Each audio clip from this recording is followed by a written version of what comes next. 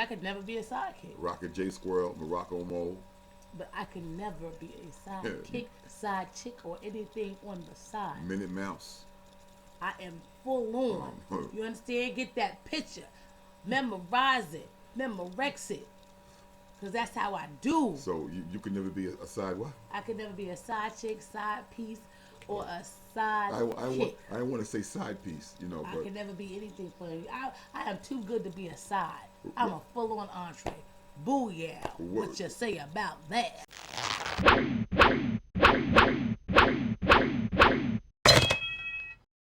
So, as we get into the topic of today, Jah, well, what is it? Oh, the appetizer.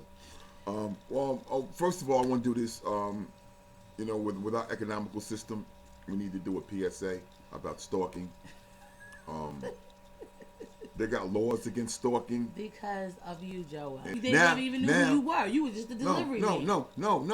Now you done lost your mind. Forgot who I am. The delivery man. And I'm following you. Huh? Really? Following you? I got here first. I know you. You say it again.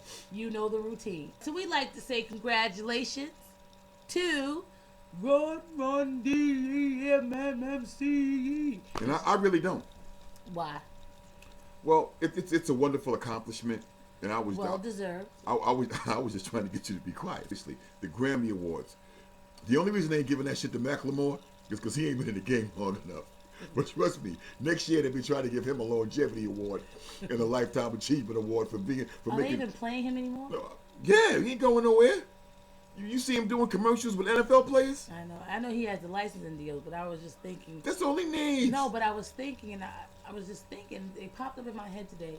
You know, Macklemore had, you know, he had this whole thing where he was talking about equal rights, and I think they kind of were flowing with him, and then all of a sudden now he's putting these classic hip-hop artists on his record. People are going back and searching for these artists, and they're coming back to even Run DMC, to where now you're recognizing Run DMC with a Lifetime Achievement Award at the Grammys.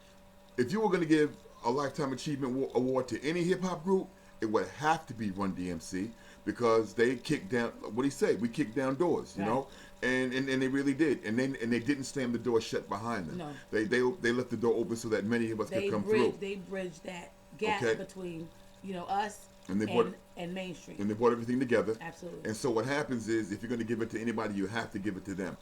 You've got them for the Lifetime Achievement Award, right? Mm-hmm. But who is going to rule the night for the Hip Hop Awards? You're right. Drake.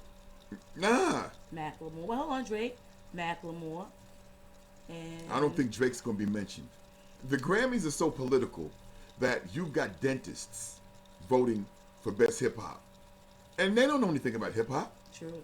You know, so people who are in hip hop are not voting for hip hop. Your record label gives you a ballot, and you vote. If you don't get the ballot, you don't vote.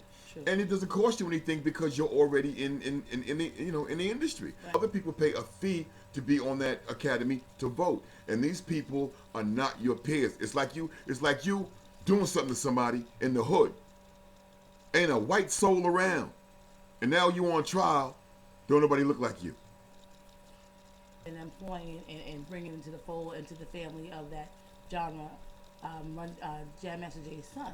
So you see them trying to continue on the legacy, and also including, you know, the heir of Jam Master Jay. Bridge between. See, she done took off so fast, she don't know which way to go now. I do know. Walk this way. All right. Rock. Can I get my brain in my mouth to formulate 1,000 words at one time? Okay, Run DMC was one of the first rap artists to be premiered on MTV, opening up the doors for rap to be played on MTV, which only really played maybe 7-8 acts. A lot of rappers didn't respect Run DMC.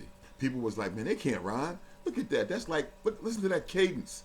But what they did was, they made it acceptable for other people. You had something for this side of the neighborhood and something for this side of the neighborhood.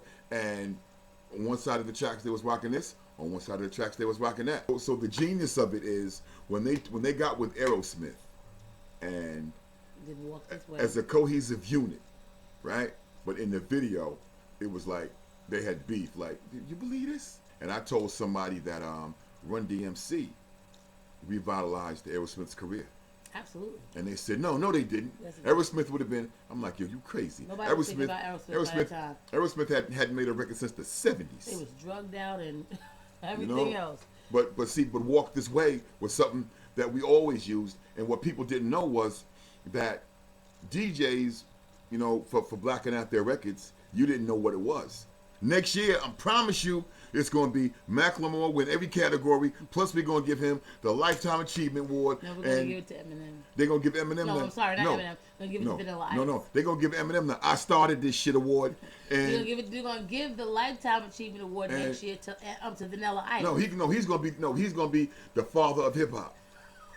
Also remember, Eminem, for all intents and purposes, unless you actually saw him, you would not know. For all what? Intents purposes. Woo. Their world, he becomes, in their world, to kind of whitewash the hip hop and the culture and the history of it, he would be considered their wayward child. Somebody that they would not talk about. You know what I mean? He tricked them. Right. He thought they would want to, and he's lyrical. He has the skill, and he's true to art form. So you cannot hate on what he does. They never should let him make a record, because they did what they always do.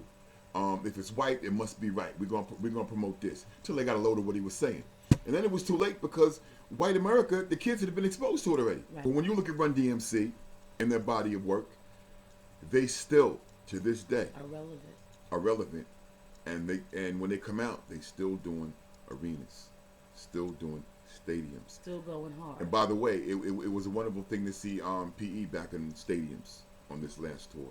It was a beautiful thing, Wembley Stadium, and On the Road with Prodigy, and I mentioned them in the same breath as Run DMC because they all came from that same love and era of hip hop. And the whole thing is, I think that the Beastie Boys should be honored like that before they're all gone.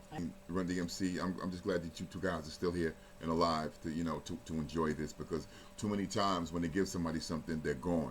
And and to me, I'm like, yo, what is that about?